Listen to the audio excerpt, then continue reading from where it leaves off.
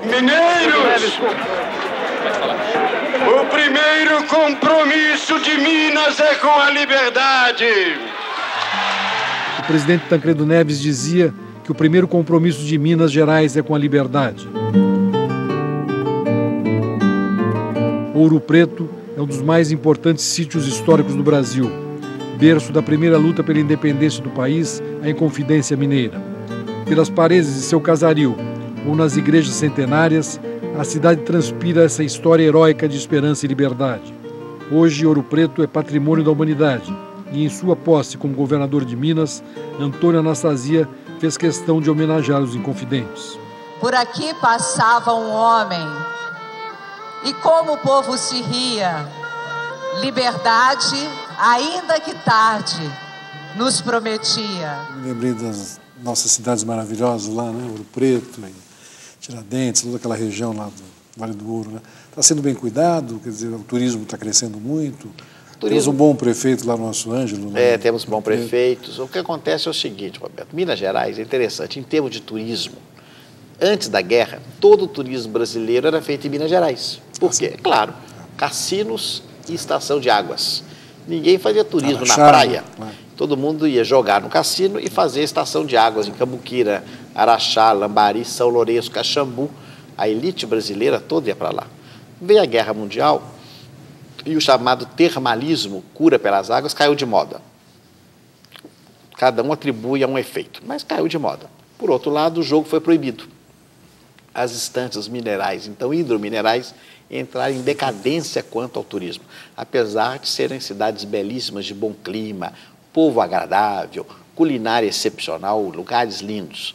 E, por outro lado, preservamos as cidades históricas, Ouro Preto, Tiradentes, Diamantina, Sabará, Mariana, que tem um casario imenso, de muito difícil manutenção, porque é muito caro, não é?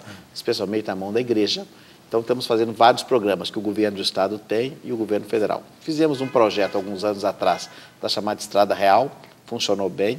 Essas cidades foram recolocadas, as históricas, no mapa da visitação. O turismo melhorou muito, aumentaram o número de hotéis, houve um grande incremento positivamente e, ao mesmo tempo, estamos investindo nas instâncias hidrominerais, devolvendo a ideia do turismo ecológico, do turismo de saúde, restaurando os prédios antigos. Eu não sei se você não vai há muitos anos a Caxambu. Muitos anos. Pois é, mas Caxambu tem um balneário maravilhoso, é um prédio de 1910. Estava muito estragado. Nós restauramos, está um primor como era na sua época. Poços de Caldas, o famoso Palace Cassino, ao lado do hotel, também está sendo restaurado, a obra fica pronta daqui a pouco, a um custo muito alto, mas devolvendo o seu esplendor dos tempos áureos da década de 40. Então, estamos fazendo isso nos grandes prédios públicos, para devolver a essas cidades até a autoestima delas. O jogo é difícil voltar, né? O jogo é uma dúvida, né? Porque, de fato, há uma posição no Congresso aparentemente contrária, do governo contrária, mas se observa que o mundo inteiro tem feito o jogo. Agora, é uma decisão exclusivamente política do Congresso, que não cabe aos estados legislar sobre a matéria de jogo. O que me preocupa mais hoje em Minas? Preocupa a questão de infraestrutura, volto a dizer que é sempre preocupação, porque sem a infraestrutura eu não consigo chamar novas empresas, que elas precisam disso. Me preocupa sempre uma questão da pouca autonomia que temos em razão da parcimônia dos nossos recursos, das nossas receitas. Nós precisamos ter uma reforma tributária verdadeira, plena, integral no Brasil. O senhor pode investir quanto hoje sobra do orçamento? Muito pouco. Lamentavelmente já sobrou mais, hoje diminuiu um pouco, porque nós tivemos um aumento da máquina do Estado nos últimos anos, que o Estado foi ficando mais eficiente. Como eu lhe falei, nós saímos de 5 mil presos no sistema penitenciário para 40 mil. Nós tínhamos 12 penitenciárias, temos 100.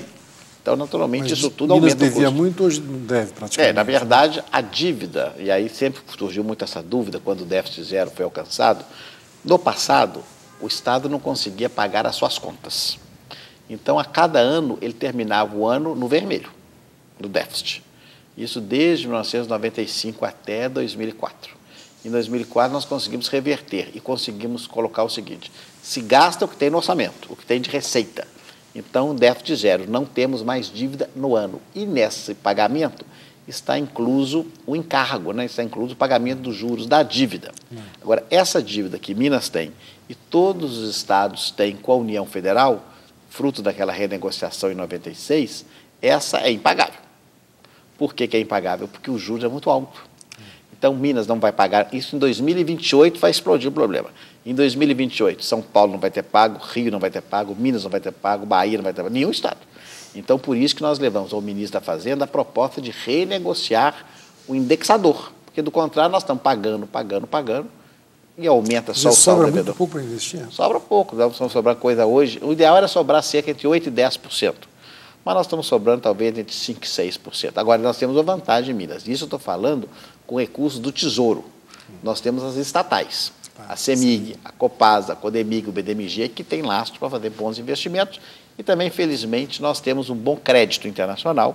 Estamos permanentemente em contato com os organismos internacionais para recebermos recursos para fazer, especialmente, as obras viárias de responsabilidade do Estado.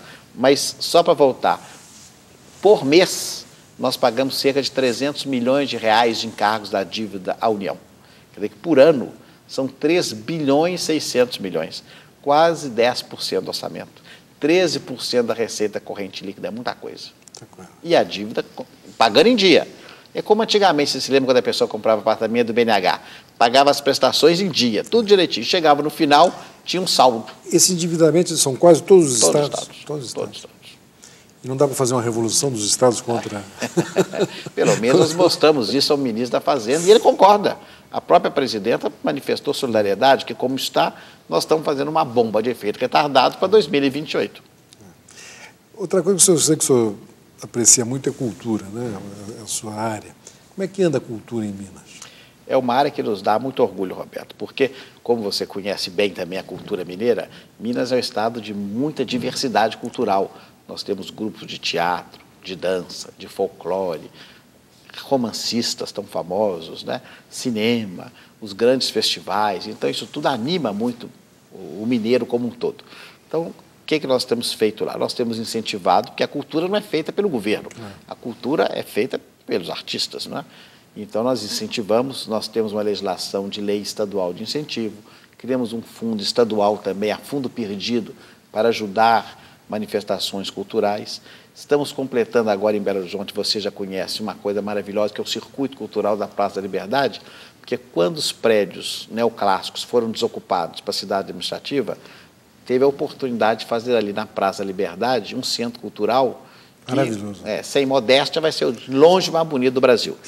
O Palácio da Liberdade como âncora, aberto à visitação pública, os prédios da Secretaria transformados em museus, já prontos, 2, o Museu de Minas e Metal, que você conhece bem, que o empresário Ike Batista fez a generosa doação. A Vale fez o Memorial da Vale, no prédio ao lado. Está sendo concluído o Centro Cultural do Banco do Brasil. Estamos identificando parceria agora para o Museu do Homem, feito com a Fundação Roberto Marinho. O antigo Palácio dos Despachos vai ser a Casa Fiat de Cultura, que já assumiu o prédio, e nos jardins do Palácio o Museu do Automóvel. Então, a Casa do Artesanato está ficando pronta esse ano também, então nós vamos ter um complexo muito bom. Mas a cultura não termina aí na capital. Temos vários eventos e construções no interior e também a música clássica, que eu sei que é da sua apreciação e gosto. Nós temos hoje uma orquestra filarmônica em Minas de alta qualidade. Inclusive tem viajado pelo Brasil e pelo mundo. Estamos construindo, à semelhança da Sala São Paulo, uma sala nova na capital, uma sala que nós vamos dar o nome do presidente Itamar Franco, a Estação de Cultura Presidente Itamar Franco, que vai abrigar a sede da nossa orquestra filarmônica. Vai ficar pronto para 2014. O Brasil é tão grande, né, governador, e a cultura, quer dizer, pelo menos na imprensa, fica entre Rio e São Paulo, né? Pouco se sabe, às vezes, né, de tantas coisas importantes, quanto no Rio Grande do Sul a mesma coisa, né? Ou em Minas Gerais, né? É verdade, é uma pena. Mas é muito centralizado. Acaba porque também, vamos dizer, a imprensa desdobra muitos acontecimentos nas duas cidades principais. Mas em Minas, não só na capital, mas no interior também, a cultura é muito rica. E não é só a cultura no seu aspecto artístico clássico das 7 artes. É a culinária, o folclore, a tradição, os casos mineiros, tudo isso faz parte, cria-se uma identidade mineira que é muito própria da gente e que nós gostamos muito. O senhor já imaginou alguma vez que o senhor chegaria a ser governador de Minas? Não. Quando era jovem? Não, eu sempre gostei muito de administração, gostava de política, mas eu não tinha participação eleitoral, partidária. Sempre trabalhei desde que me formei no governo, mas não imaginava... Mas tecnicamente? Tecnicamente, eu não imaginava de me tornar candidato, não é? Candidato vem a expressão, né, da pessoa cândida que punha a toga, que não recebia lama nos romanos, daí a expressão é cândido, é candidato. Mas eu não imaginava de me tornar candidato. E, sob esse ponto de vista, ser governador de Minas, que é claro, é uma honraria muito grande. Porque acho que são as circunstâncias da vida, né? Muitas vezes a pessoa tem uma obsessão e não alcança, e outros. Eu, sendo funcionário público de carreira, acho que acaba sendo uma grande realização para os funcionários em geral. E o que me obriga e aumenta meu compromisso a trabalhar sempre de maneira muito correta e mais ainda para concluir bem meu mandato. Falando em funcionário público, né, como é importante ter um funcionalismo de categoria e quase que uma escola de funcionalismo, né? Minas está criando isso, né? Nós já temos já há muitos anos. A escola dos nossos funcionários, que é uma escola de governo, foi criada pelo governador Hélio Garcia no primeiro mandato, de 86. Então, nós estamos comemorando aí já 25 anos de existência da escola. A escola de governo, chama Escola de Governo Professor Paulo Neves Carvalho, em homenagem a um grande professor que foi seu idealizador, forma rapazes e moças jovens muito preparados. Já para a gestão pública. Só para a gestão pública, que o vestibular é concurso público também. Então, ao mesmo tempo que ele entra nessa faculdade, ele já tem o cargo garantido, como se fosse o Itamaraty. Então, ele já sai de lá, já vai trabalhar no governo, e é um pessoal muito inteligente, muito bem formado, uma escola de alto padrão, considerada a melhor formação no Brasil de gestores públicos. Então, isso tem funcionado muito bem. E eu acho fundamental, porque dizem que para que a democracia se consolide no país, ela tem de ter duas coisas: partidos políticos fortes e burocracia estável. E nós não temos nenhum negócio. Então, acho que a burocracia estável dá mais fácil até do que os partidos, porque ela é fundamental. Essa questão dos partidos que o senhor está levantando é uma vergonha no Brasil, né?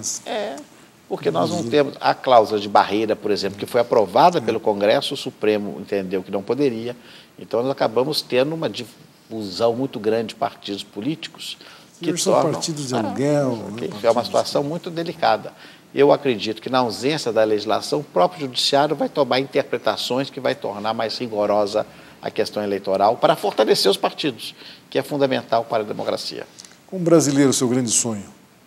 Como brasileiro, o grande sonho é ver o país plenamente desenvolvido, né? Erradicada a miséria, as pessoas tendo oportunidades. Eu acho que o Brasil é um país riquíssimo, porque não só nós temos condições físicas, cultura, clima, solo, localização. Você acha que há lugar ainda para ideias, vamos dizer assim, mais generosas, do socialismo, tal, ou isso já se foi? Acho que já se foi, né? O tempo já, lamentavelmente, o tempo já mostrou que as pessoas têm seus sonhos individuais. E como distribuir melhor essa riqueza? Através de serviços públicos de qualidade. Quando nós avançarmos nos serviços públicos de qualidade, aí haverá uma distribuição maior da riqueza. Muito obrigado. Parabéns. Eu que agradeço. Muito obrigado.